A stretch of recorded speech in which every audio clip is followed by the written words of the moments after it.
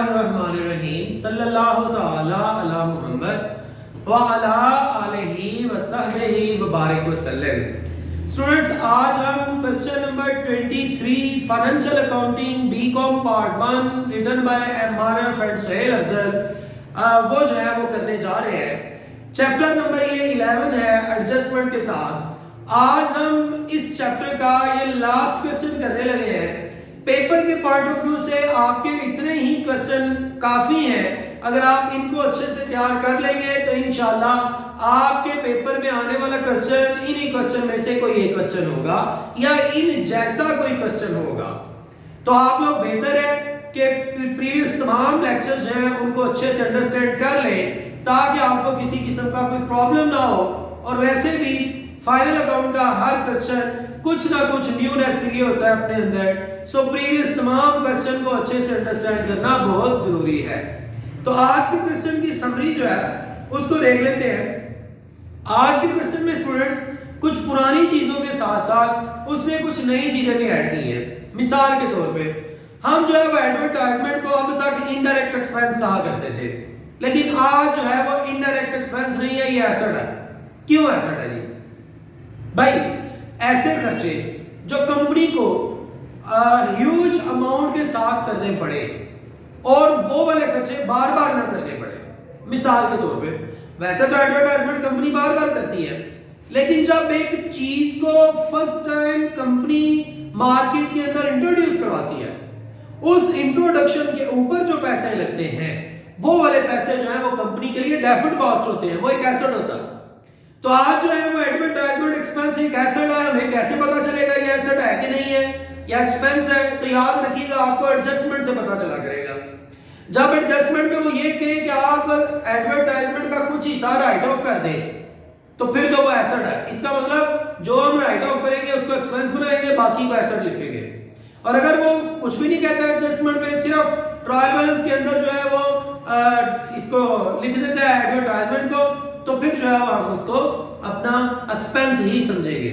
इसके अलावा traveller sample ये भी एक एक्सपेंस होता है।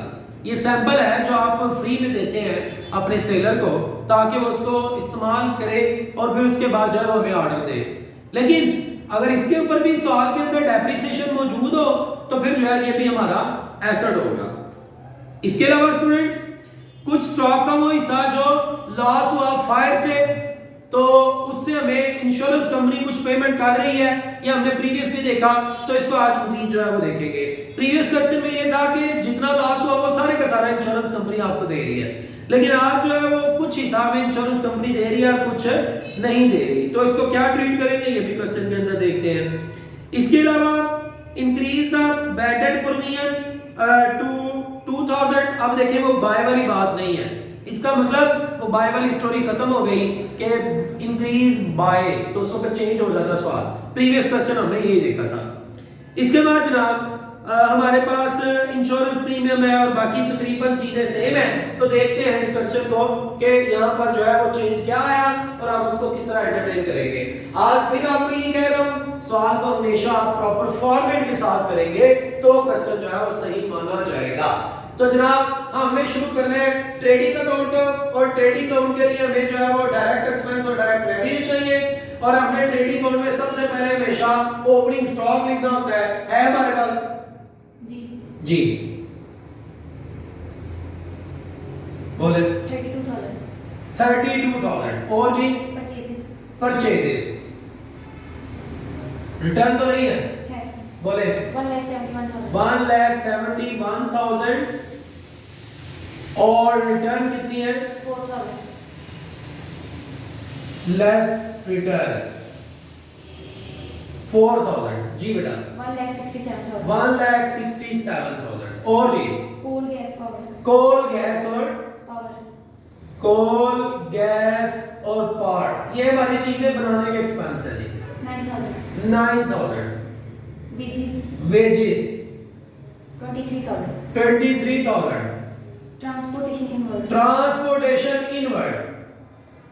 ट्रांसपोर्टेशन इनवर्ड ये कैरिज इनवर्ड समझ ले, बोले जी 1500 और जी और रेवेन्यू में हमारे पास सबसे पहले है सेल्स रिटर्न है जी बोले 2,89,600 2,89,600 लेस रिटर्न 600 माइनस हो गया 2,89,000 और जी क्लोजिंग स्टॉक 23,000 और जी इंश्योरेंस हाँ ये वो इंश्योरेंस है जो हमारा कुछ स्टॉक जाया हो गया था ना तो जो स्टॉक जाया हुआ और उसके बदले में हमें कुछ जो है वो इंश्योरेंस कंपनी पे कर रही है तो जितना पे कर रही है हम वो लिखेंगे 12,000 इंश्योरेंस रिसीव्ड 12,000 जो है वो रिसीव हो गया जी बेटा जितना रिसीव हुआ है वो हमने डायरेक्ट रेवेन्यू में लिखा और जी लॉस बाय फायर 8,000 जो रिसीव नहीं हुआ उसको भी हमने लिखा जो रिसीव नहीं हुआ वो अलग लिखा और जो हमने हमारा रिसीव हुआ है उसको हमने अलग लिखा टोटल हमारा नुकसान 18,000 का हुआ था तो हमने जो 12,000 रिसीव हुआ है उसको लिख लिया जो नहीं हुआ उसको 8,000 अलग से लिखा ले जी सवाल खत्म यहाँ पे ट्रेडिंग अकाउंट मुकम्मल हो गया टोटल किया तो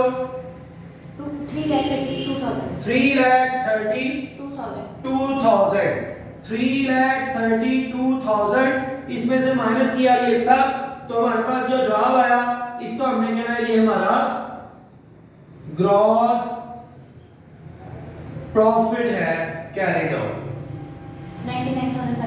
99,500 और ग्रॉस प्रॉफिट ब्रॉट डाउन यहां लिखेंगे अगेन क्रेडिट बैलेंस है ये तो क्या जवाब आ गया जी उसके बाद हमने लिखने हैं तमाम इनडायरेक्ट एक्सपेंस 99,500 जी बेटा अब तमाम indirect expense indirect revenue advertisement expense right of advertisement वैसे तो मैंने बोला आपका एडवर्टाइजमेंट जो है एक्सपेंस ही होता है लेकिन आज क्योंकि उसने एडवर्टाइजमेंट के साथ राइट ऑफ एडजस्टमेंट में जाके लिखा हुआ है लिहाजा जितना राइट ऑफ करेंगे वो एक्सपेंस होगा बाकी जो है वो एसेट में लिखा जाएगा जी एडवर्टाइजमेंट राइट ऑफ बोले जी 4,000 और रेंट एंड इंश्योरेंस इस पे एडजस्टमेंट बोले 19,900 ये रेंट एंड इंश्योरेंस है और उसने सवाल के अंदर बोला है कि 3 महीनों की 2 महीनों की जो इंश्योरेंस है वो प्रीपेड है साल में जो इंश्योरेंस हम पे करते हैं वो 1200 पे करते हैं और हमने यकम मार्च तक पे कर दी है इसका मतलब जनवरी और फरवरी इन दोनों महीनों की अदा की है मार्च की भी यकम है इसलिए उसको कंसीडर नहीं करेंगे तो हमने 2 माह की इंश्योरेंस ज्यादा ली है तो कितनी ज्यादा दी है 200 ये जो 200 आपने ज्यादा दिया है ये यहां से माइनस करेंगे लेस प्रीपेड ये आपका साथ में एसेट भी बनेगा 19,700 और salary 34,400 general expenses 8,600 traveller commission 2890 जी traveller commission 2890 traveller salary 9,100 discount 5,000 जी डेप्रिसिएशन हमने लेनी है कितने परसेंट 10% मशीन कितने की है 20,000 के ऊपर 10% लिया तो आंसर आ गया 2,000 ये 2,000 आपकी डेप्रिसिएशन है ये इनडायरेक्ट एक्सपेंस है और जी ट्रैवलर सैंपल के ऊपर डेप्रिसिएशन है ट्रैवलर सैंपल कितने का है 2,700 का इसके ऊपर कितने परसेंट 27 इसके ऊपर डेप्रिसिएशन 100/3 नहीं 1/3 होगा 33/1/3 ठीक है जी 33/1/3 का मतलब होता है कि तीसरा हिस्सा तो जनाब आप जो है वो 1/3 ले रहे हैं इसका वही जवाब आएगा बोले 900 और जी लॉस बाय फायर ये देखिए लॉस बाय फायर हमने 8,000 यहां लिखा था उसको उठा के इधर भी लिखेंगे लॉस बाय 5 बोले 8000।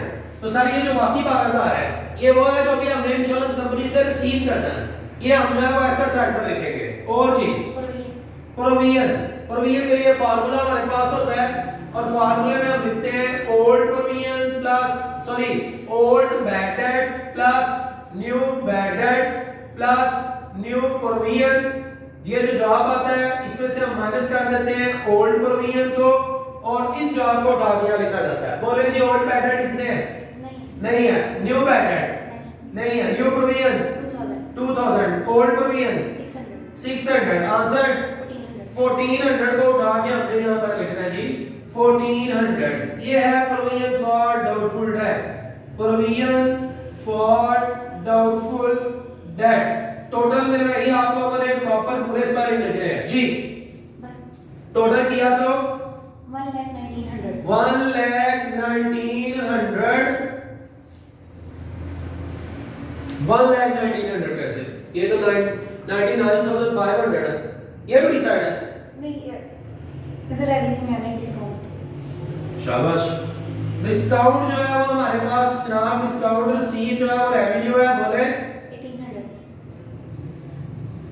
कमीशन 1800 और कमीशन रिसीव 600। बस जी। अब हमने टोटल किया तो जवाब क्या आ गया? 1,19,100।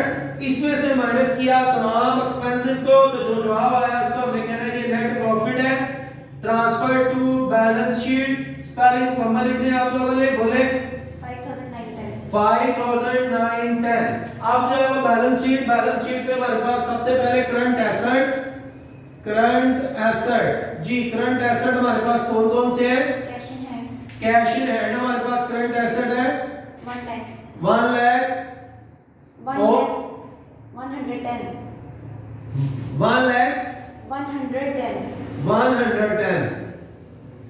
1,110 ये सिर्फ 110। आप कह रही हैं 1,110 ये है 1,110। आप क्या कह रही हैं? बोले जरा 1 इस तरह में 1 बाय 1 डिजिट लिखवाएं। 110 शाबाश।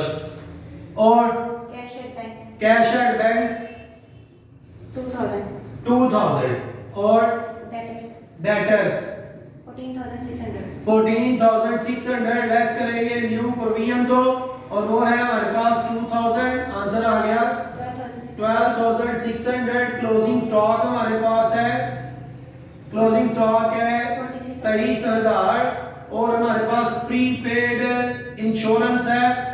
वो इंश्योरेंस जो हमने एडवांस में अदा कर दी है 200 रुपया और हमारे पास जो है वो फिक्स एसेट्स में आ जाए। फिक्स एसेट्स तो ट्रैवलर सैंपल जो है वो बेटा फिक्स एसेट नहीं होगा ना, वो करंट एसेट नहीं होगा क्योंकि उसके ऊपर डेप्रिसिएशन है। ट्रैवलर सैंपल कितना था? 2700 का और उसमें से लेस कर दें आप जो डेप्रिसिएशन आपने उसके ऊपर ली वो कितनी ली जी? 900। तो आंसर आ गया 1800। और एडवर्टाइजमेंट एक्सपेंस ये वो है जो हमने अभी जिसका फायदा लेना है वो हमने, क्योंकि वैसे तो ये हमारा सारे का सारा एक्सपेंस होता है लेकिन आज जो है वो इसके ऊपर कुछ वो कहा था इसको अलग राइट ऑफ करें। सो हमने इसको अपना एसेट बनाया जो बकाया रह गया वो कितना है? 4,000 हम राइट ऑफ कर चुके हैं। 4,000 यहां लिखा जाएगा। और इंश्योरेंस रिसीवेबल वो कितनी है? वो इंश्योरेंस जो अभी रिसीव करनी है 12,000 रुपया। और जी गुडविल कितनी है?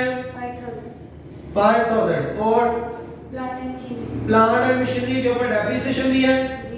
प्लांट एंड मशीनरी कितने की? 20,000 के ऊपर कितनी डेप्रिसिएशन? लेस डेप्रिसिएशन 2,000 तो 18,000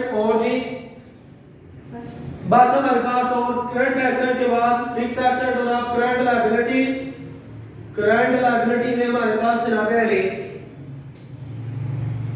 creditor creditor 30,000, creditor 30,000, outstanding expense outstanding expense spelling मुकम्मल लिखने हैं 6800, 6800,